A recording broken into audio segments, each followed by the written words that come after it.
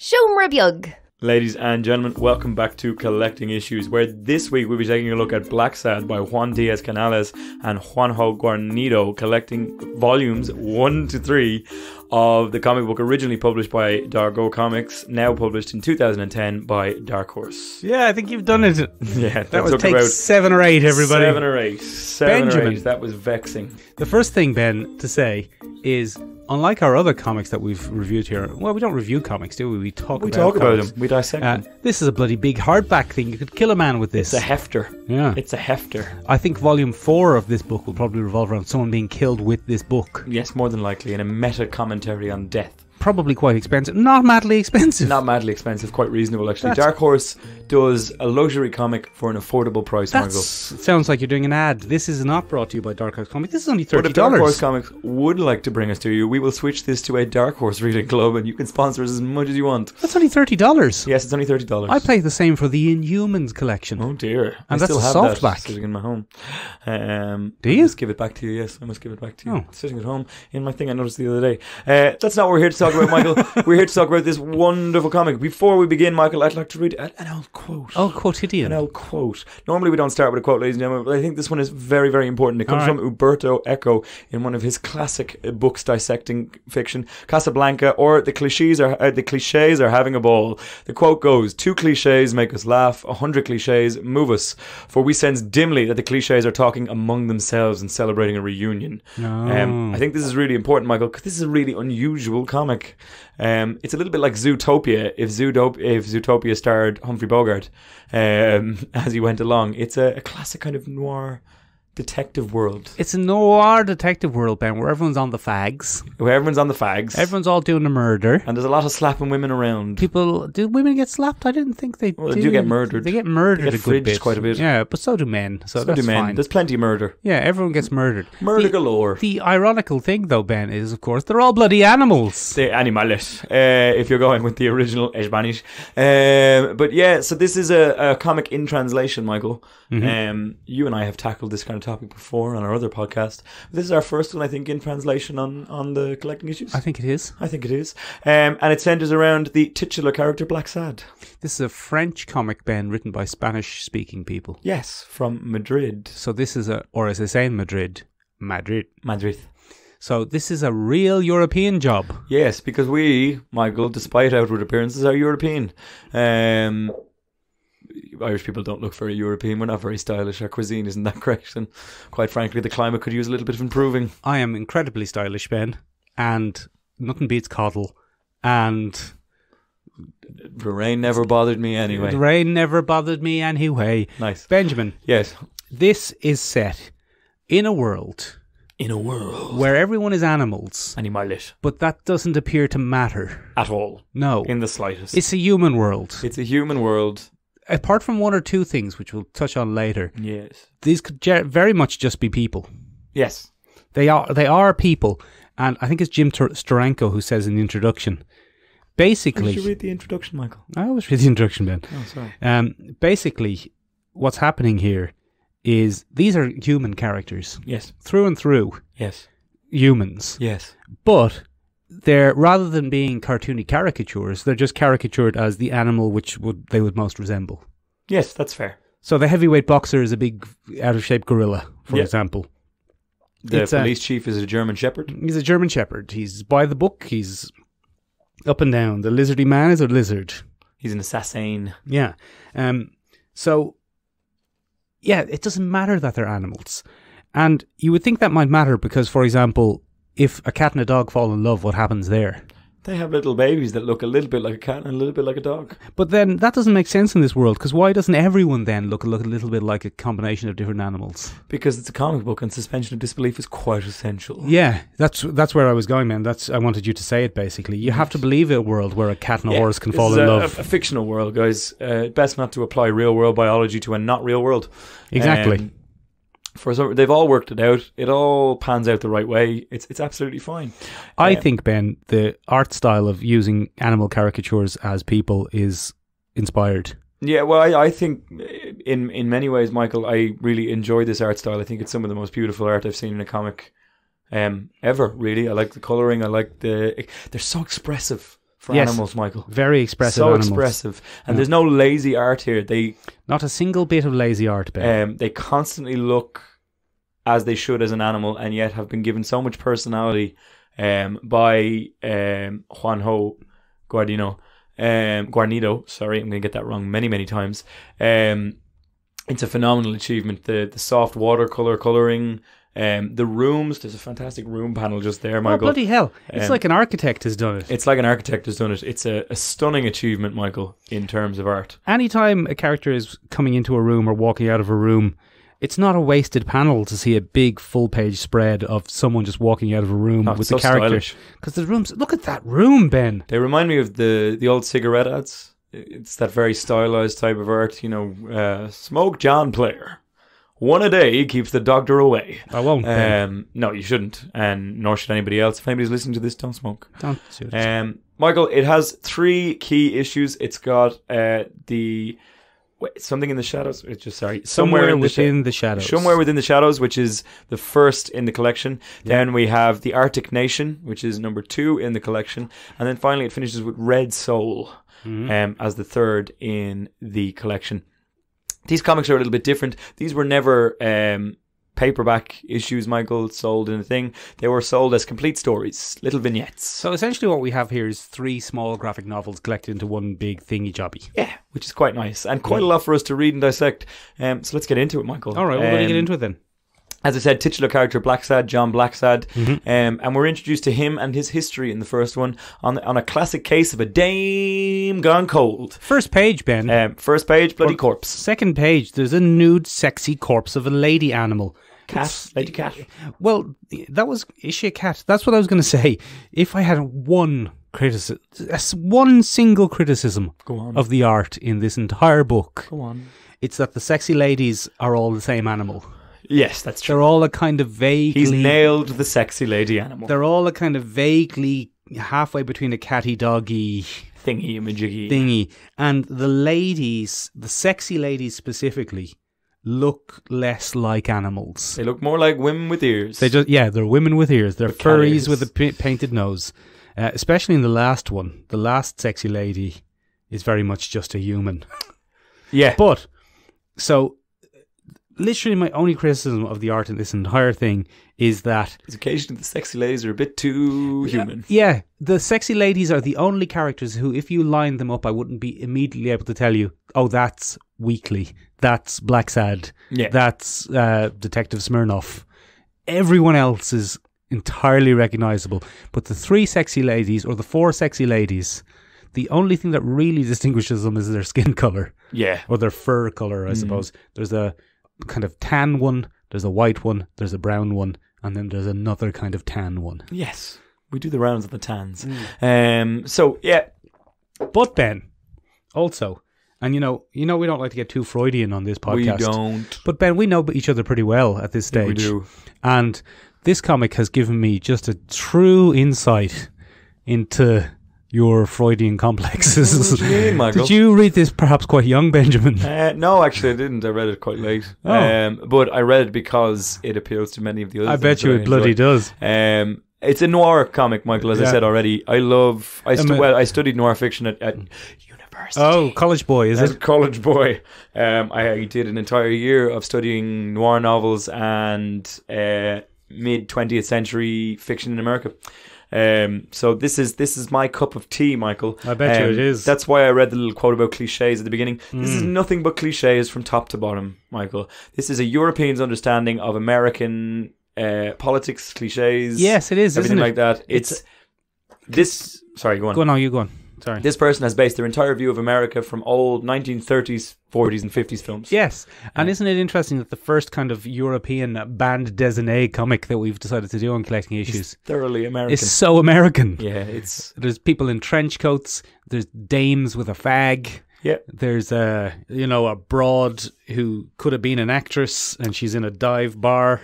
I think one of the big, I suppose, big praises for Juan Díaz Canales at the start of this is the first story in this collection, Somewhere in the Shadows. Within the Shadows? Somewhere Within the Shadows. It's just a classic noir story. It's really, really by the book. Dame gets killed. Yeah. He has a history with her.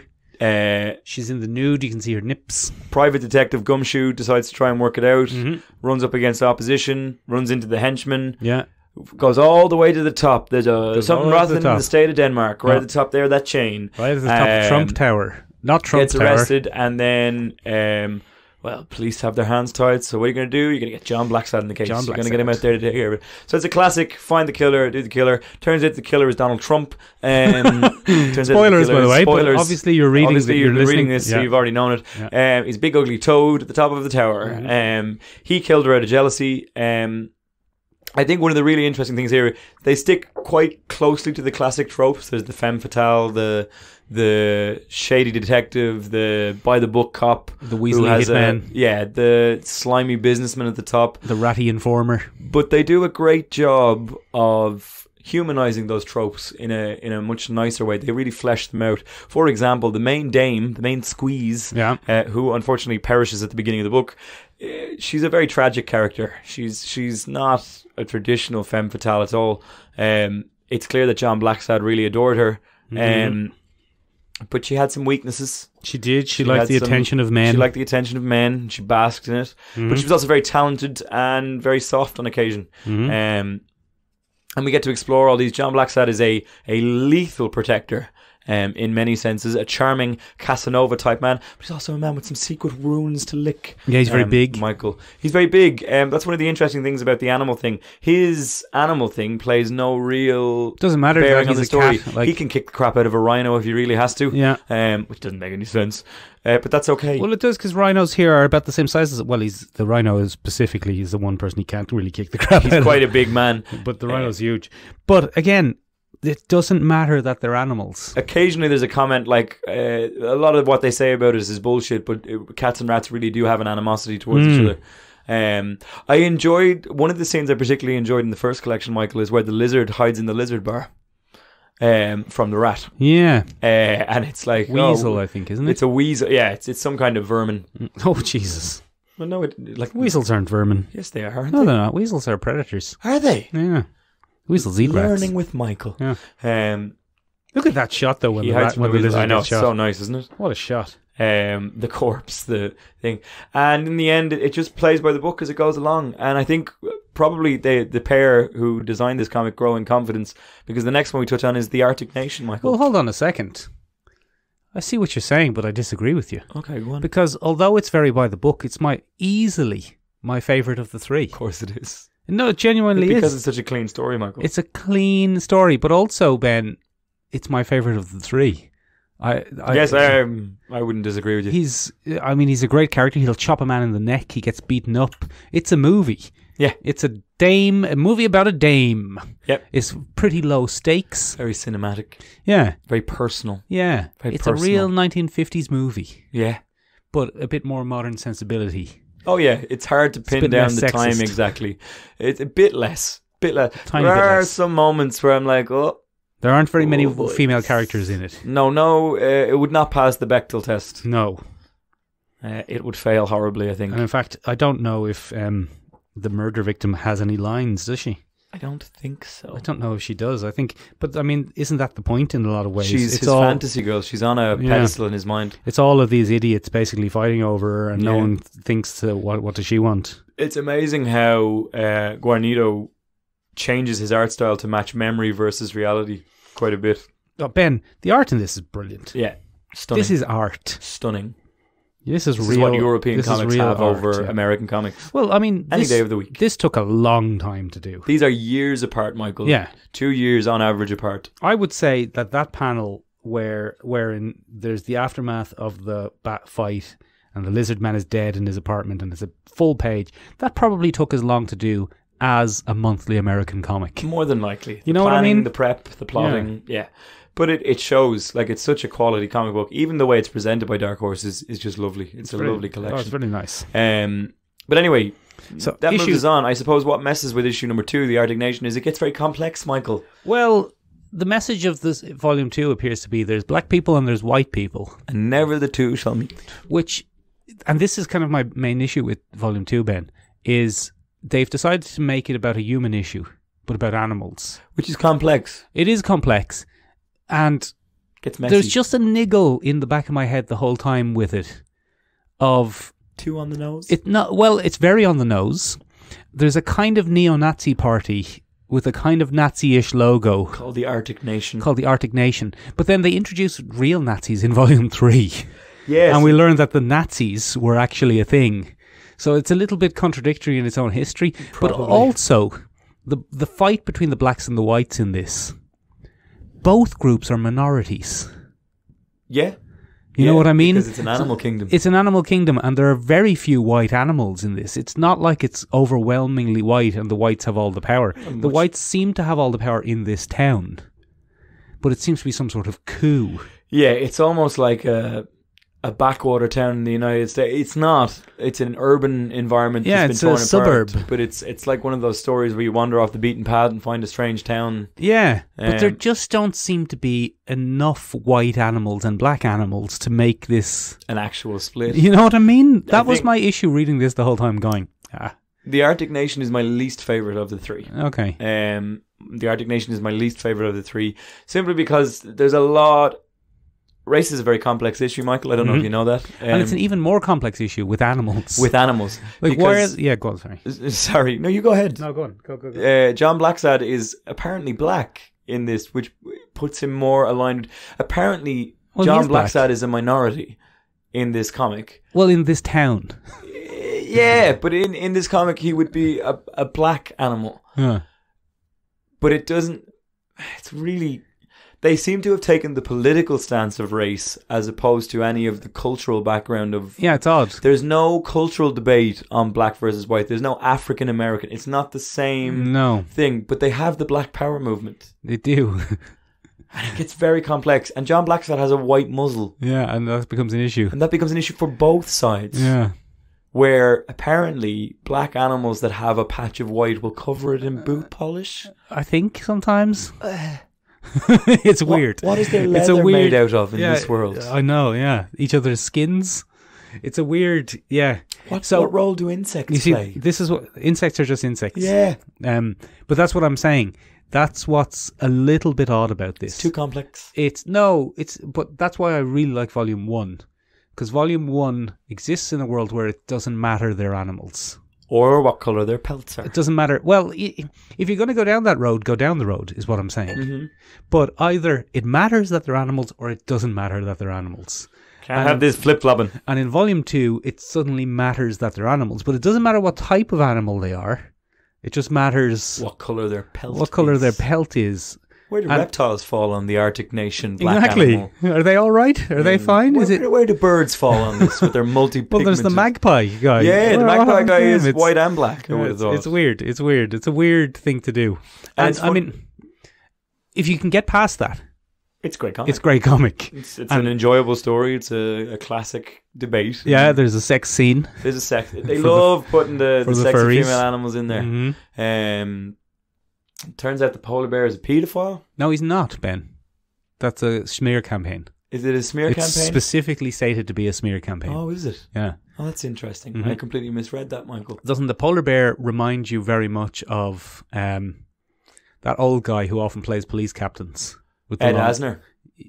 Ed Harris, I think I was thinking of, but... It's Ed from Freakazoid. Hey, Freakazoid. Is it? Yeah, it's Ed Asner. I think... No... Someone. I'm wrong anyway, but yeah, I think it could be Ed Asner. Oh, is it? Okay. I think it could be. It could be Ed Harris. Actually, you're absolutely right. You were right. It is Ed Harris. It's the guy in the black hat from Westworld. That's who you're thinking of? Yeah. Yeah, Ed Harris. You're absolutely right. It could be him. It's Ed Harris. But he's not really that big. No, but I think the energy of the character is kind of there. Or even, what's his face from RoboCop and Star Trek? The guy who played Peter Weller. Peter Weller. Oh yeah, you've got a Peter Weller vibe to him. Could be a Peter Weller. You'd need a voice actor with real gravitas to pull off that polar bear character. It's you would. It's a weird twist, isn't it? That he has married his own daughter and he doesn't know. Yeah, it's a bit weird, isn't it? Well, I mean, there's a specific no sex rule because she knows and he doesn't. But yeah, it's a weird twist. It is my least favorite of the three. It is my least favorite of the three. Also, I would agree with you. Although it does introduce Weekly, who's quite amusing. Weekly is a great sidekick. To it. He's a ferret. Yeah. who is a news reporter. Because he ferrets out the news. And he doesn't change his underpants. He doesn't change his underpants, scruff bag. But look, it's enjoyable. Mm-hmm. But of the three, too complex, too big a story to manage. I don't necessarily think it's too big a story to manage. I think it could be done, but it's a bit self-contradictory. Yeah, within the world that exists, I think Zootopia honestly did it better. Rather than it being about black animals and white animals, it was about predators and prey. I think that was a better way to split it. You know what I mean? I think that was a more interesting way to split it. It didn't bring up so many questions. It's still, Zootopia is full of questions. Yeah. Like, how does this society function if foxes can't eat rabbits? What do they eat? Foxes have to eat rabbits, Ben. What do they eat? What do they eat in this universe? Are there humans running around the plains of Africa? Do they catch them sometimes and eat them? I don't know. Do they eat cows? What do the foxes eat? What does John Blacksad eat? It doesn't Cigarettes. matter. Yeah, exactly. But that's what I mean. Volume 1, you never think about any of those decisions in Volume 1 because it's a human story about animal people. They make it too human in Volume 2. We're focusing too much on this because this is fucking brilliant. This comic is brilliant. Okay. And now we're focusing too much on this one little negative thing. Fair enough. Now, go on, you tell me what you thought was brilliant because I introduced this one to you. Well, the art, Ben, is spectacular. Spectacular. The characterizations are very consistent. The dialogue is good. The actual unraveling of the mysteries are good. They're enjoyable. They're like, what's going on? Who's this man here? What's he up to? Look at this shadowy character. And I don't like to look at him. It all reads. And it's like, oh yes, of course, that makes sense. I will say about issue 1, nothing was more satisfying than when Smirnoff, the German Shepherd police officer, was like, you sort this out, John. You sort it out, John Blacksad. And it's so fulfilling to see that interaction between the Toad and John Blacksad. Get him, John Blacksad. Yeah, and it's like, if it hadn't been for that smirk, I wouldn't have had the stones to do it. But he fucking smirked. Yeah, I got him. Such satisfaction from a comic, Michael. Sorry, going on from there, Volume 3 very quickly. Red Soul, it leads with the Red Scare. The Red Scare. Oh, it's communists. It's communism. Yeah. Communists. It's communists. And nuclear power. Nuclear power. So Grant M was there going, oh, nuclear power. And artist communes. And just the hippie movement in the intellectual movement, the intellectual communist the beatnik movement. generation, that whole thing. It was centered around the 50s, and bloody John Blacksad's right in the middle. Yeah, his old buddy is a Nazi. His old buddy was a Nazi. Now he's a communist. It's all and there's very a complex. Sexy lady. There's always a sexy lady. Again, beautiful art. The covers are lovely very often. Yeah, I'd say probably your favorite sexy lady. Michael, how did you know? I know, Ben. How did you know? I know what you're Why? getting. Because she's a bookish lady. She's with a bookish lady, area. but she's got a sexy inside, and she's always smoking a fag. You know me quite well. Look, Trinity and studying English literature left an impression on me, Michael. What can I say? Those were my formative years. I have a type, and that's it. She's a bloody sexy, bloody lady. Sexy, bloody cat lady. Bloody sexy, intelligent lady. If you or any sexy, intelligent ladies that you know would like to date Ben, do get in touch with us here at the podcast. You'll have to introduce them to the podcast first, because sexy, intelligent people don't listen to this podcast. Probably just sorry, listeners, that's not what I meant. That's the last issue of Collecting Issues, ladies and gentlemen. We're out. It's all around that. Again, great characterization. One of the great nuclear scientists is an owl. It just suits very well. I mean, the character design is incredible, and the big poet guy who's a big scruffy dog. Yeah, brilliant. he's the guy who's a Dalmatian is a prick. He's an absolute prick because Dalmatians would be flash pricks. Of course they would. Like, you do find yourself sometimes reading it and going, "That's the perfect animal for this type of character." Once again, I don't know specifically what type of animal the sexy lady is. She's just a kind of sexy lady animal. Sorry, I think that was actually... Sorry, I just had a weird moment where my hearing had a... Did your hearing clap out? You alright? You got a ricey tum-tum? Don't know what that was. Sorry, ladies and gentlemen. I think I just had a hard reboot. That was really unpleasant. Yeah, don't know what type of animal the sexy lady is specifically. Some sort of sexy cat dog thing. Yeah, some kind. Some kind of sexy thing. But... ill-defined again, sexy lady. My great story. Yeah. Spectacular art. Yes. Incredible character designs. Yes. Great dialogue. Yes. Intriguing plot. An interesting series of events. I preferred the first one where he was just involved in a Commoner Garden murder rather than the Reds under the bed scare. I don't know if I was enamored with the idea of the parallels to the real world, but they're a chicken. Yeah, there was no need for that. You know what I mean? Yeah. And like there was Hitler, there's Cat Hitler. there's a little. It makes sense. There's a 1-page image of Cat Hitler, and I'm like, oh god, all right, here we go. I prefer it. I think there was concentration camps where they kept certain animals. Yeah. I prefer it. I preferred it in Volume 1, where again, it wasn't necessarily the real world, but with animals, it was its own world. Interestingly, Michael, there are 2 more collections after this one. And I think they might have learnt their lesson in those, because they go back to simpler noir stories where John Blacksad is hired to do a thing. He does the thing. Animals are also there. Yeah. Are there sexy ladies? There are, Michael, you know the sexy ladies. Are they smoking? I don't read comic books without the sexy ladies. Okay, good. Big Barda in Miracle Man. Don't make a list. Anyway, look, Stan Lee gives a rave review, as good as it gets there on the front cover. Just notice that there. Michael, I think one of the questions I wanted to ask you while I was reading this one is, do you agree with the Umberto Eco quote there? Because this is nothing but cliches. It's all None cliches. of these plots are original. No. These are all noir movies that have been repurposed. Mm-hmm. These are all classic noir plots. It's comforting. It's the reassurance of home. Yeah. It's new and exciting and original in terms of the characters and the art. But it's and warm and fuzzy and nostalgic. It's warm and fuzzy, and it's a noir mystery in terms of the plotting and the storytelling. And it's full of cliches, full of tropes. Interestingly, ladies and gentlemen, it's been turned into a Telltale style game where you can play it as a detective mystery, a little bit like the Fables adaptation from Telltale Games, or the zombie Walking Dead Telltale game. That actually brings us very cleverly, Ben, to where you think there might be some influences upon this, or I think some thematic similarities to other things. Well, look, every bloody noir film ever, number one. Mm-hmm. The Maltese Falcon. I think the Maltese Falcon, Casablanca has an element to play in the later issues. That one about the man who wasn't there. The Asphalt Jungle, the man who wasn't there, literally called the man who wasn't there. Oh, I was trying to make up one of our famous terrible names. Very good. The Third Man is another example of that. They're all present. Harry Lemon. Any gumshoe thing. Raymond Chandler is the number one inspiration for this series of things. His famous detective, whose name escapes me, and I had it written down earlier. That's going to annoy the crap out of me. He wrote The Big Sleep.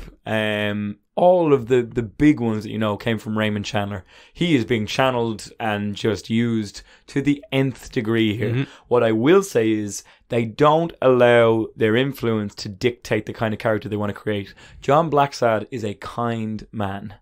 Very often when we read the traditional gumshoe novels, they're a bit of a dick. Yeah, he's very nice. And they won't change. He's a kind man. He's very upset that he doesn't get to go and meet Alma. Yeah, exactly. At the waterfall. Exactly. He's not a misogynist.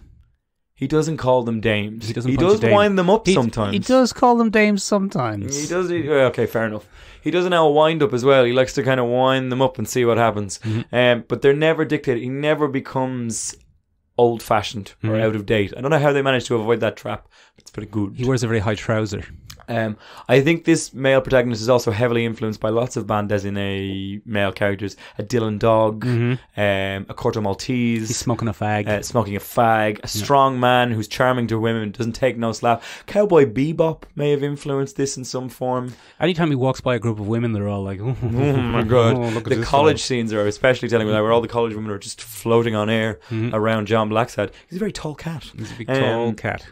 Yeah, I think there have been a multitude of influences, lovingly thing. I wouldn't be surprised, Michael, if this influenced Utopia in some form. I think this must have surely been passed around at Disney Animation Studios at one point and said, this is what we're going for. Highly expressive, highly animalistic art forms. I think that these are much better animal characters than Zootopia. I find Zootopia, by comparison, quite generic. Interestingly, Juanjo Guarnido worked at Disney France. Did he? He was an animator at Disney France. Of course he was. So I wouldn't be surprised, Michael, if some of his designs were floating around the Disney intellectual property bucket and they went, oh. That's why the fox in this looks like Robin Hood. A little bit. Well, I'd say that's a different influence altogether. But and the Arctic fox is a real prick. The Arctic fox is a real snake. Yeah. One of my favourite depictions in this, Michael, is the anger that animals express, and they become much more animalistic all of a sudden.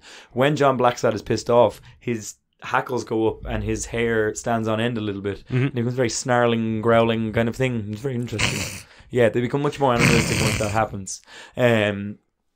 Yeah, but in terms of other influences, what else do you think influenced this one, Michael? I don't know. No, that's pretty much it. Oh, that's pretty much it. Okay, yeah. Cool. What else would you recommend to people, Michael, if they were to go on? If you're into this, if you enjoyed this, Ben, you'd probably enjoy Fables. Yeah, get onto it. Get into that. And Fables. in fact, there's a moment where in the book he says to Alma, "Do you like Fables?" I think he means actual Fables, not the comic book Fables. Like the thing that inspired this boy? But does Fables predate this? I think so, just by a little bit. I'm not sure, but I mean... I think Fables is a 90s comic, this is a 2000s comic. I mean, there are certain similarities between John Blacksad and Bigby Wolf. Yeah, no, I think he's a nicer character. John Blacksad's nicer. I would prefer John Blacksad to beat up Bigby Wolf, obviously. Give him a karate chop in the neck. I think Bigby Wolf would probably take him. Do you reckon? Bigby Wolf is a magical wolf. Yeah, but John Blacksad's big. And that's all Mick requires in a fight. Karate chop you in the neck. I think in terms of more modern comics, you could probably look at... I suppose... Where's it gone? Oh, I can't see it. Don't know what you're heading no idea what I'm talking about. Bloody Stormwatch, not Stormwatch. What's the other one? What's the new one? The reboot. Stormwatch. Is it Stormwatch? Isn't it? Yeah, the detective narrative that runs through that is a little bit close. Any detective comic that you fancied would probably suit well here. There's that new one that I've been kind of following, and even the characters have a little bit of similarity, but I've forgotten the name of the goddamn thing. I think it's from IDW, but it might be Image. I think it might be Image. The one about the lady bounty hunter, and her partner is a big cat. Yeah, it is Image Comics. It's what's that called? Fall. Oh Christ, this is good podcasting, isn't it? This is great podcasting. You probably should have looked at it beforehand. I know. In terms of other things that we've looked at here on the podcast, Injection might not be a bad shout. I don't know. That's just a mystery. I mean, if you pick this up, what do you like about this, Ben? What do you like about it? You like? I love the style of it. I just love the war, the art, the funny characters. Watch the movies. Guys, go watch old noir movies. If this really... No, but honestly, in a way that you would never... Because we don't go back to those movies. If you really enjoyed this film, check out some French films. Check out some French bloody noir. It's all there. Everything in this comic has been done before. It's just been brought to a comic for the first time and done really cleanly. Just go do that. Yeah. You might really enjoy it. Yeah. It'll be great. And whatever you do... Don't type human animals into Google. No, don't do that. That's going to cause awful things to pop up. You end up on a watch list. Oh, yeah. But look, ladies and gentlemen, this is a comic that I can't get enough of. This is one of my recommendations. Just can't get enough. It's cheap enough to pick up now. Surprisingly. It's been out for quite a few years and it's cheap enough to pick up.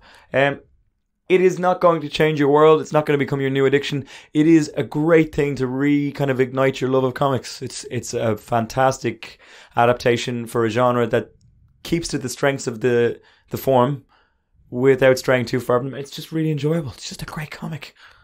And if anyone knows what that Image comic I'm trying to think of is called, just let us know. Fall, I think. Let us know. I can't remember. Ben, you wrap us up and fill us in for next week. Did you enjoy Blacksad? Was it something that you really got into yourself? Is it too cliche for you? Wildstorm. Yeah, sorry. Back to that other thing. Is it too cliche for you? Is it too...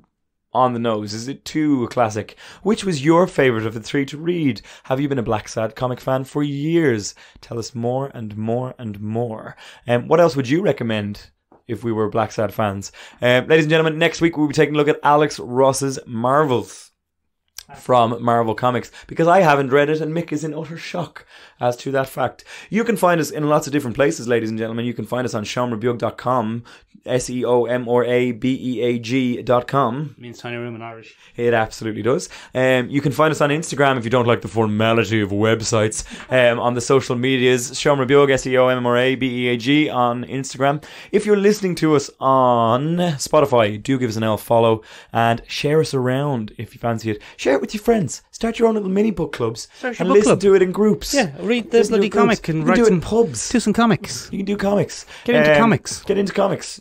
Recommend it to your friends who don't like comics. Give them a comic to read. Say, read this and then listen to these two idiots. We're so likeable that they'll like the comics as well. That's a very arrogant statement from me. If you're listening to us on Apple Podcasts, a review is the best way to spread your love of us. How deep is your love? Hopefully an podcast level of love. If you're listening to us on YouTube, congratulations on sticking it out this far. Give us an like and a subscribe and share with your friends. That's it from us this week at Collecting Issues, ladies and gentlemen. If you haven't had enough of us this week, we do another podcast. It came out on Monday. Go give that a listen. Go listen to that. It's much more general. Much more general. Okay, ladies and gentlemen. Bye-bye. Bye now. Thanks for listening. You're really good. Good egg.